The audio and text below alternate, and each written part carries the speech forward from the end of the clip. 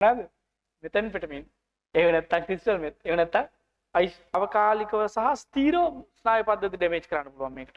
දරුවෝ දන්න වනේ වන හතුරෙකුටවත් මෙහෙම මෙන්න මේක හොඳයි හෝ එක මරු හෝ එකක් කිසිම වෙලාවක කියන්න එපා. හරිද? උගල දන්නවා මේ තියෙන්නේ මෙතෙන්පිටමින්. එහෙම නැත්නම් ක්‍රිස්ටල් මෙත්. එහෙම නැත්නම් අයිස්. හරිද?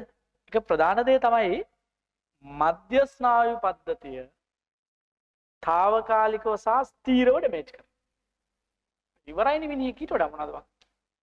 නේද? දෙක මේ බඩගින්න නැහැ. වික ශක්තියක් තියනවා වගේ දැනෙනවා කියලා තමයි ඔය කියන්නේ. හරිද?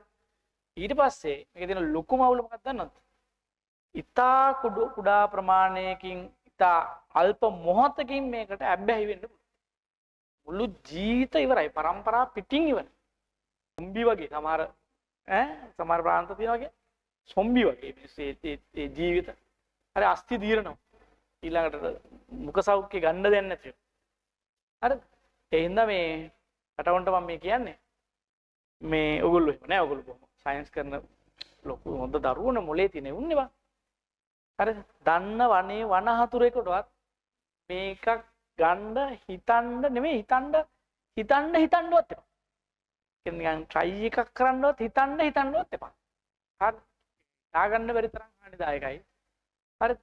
මේ මට හිතා ගන්න බෑ ඇයි මේ වගේ එකක් මේ ලෝකෙට ආවේ කියලා. ලෝකේ විනාශ කරන්න, ඒ තරුණ ජීවිත විනාශ කරන්න ආපු එකක් කියලා තමයි මට හිතෙන්නේ.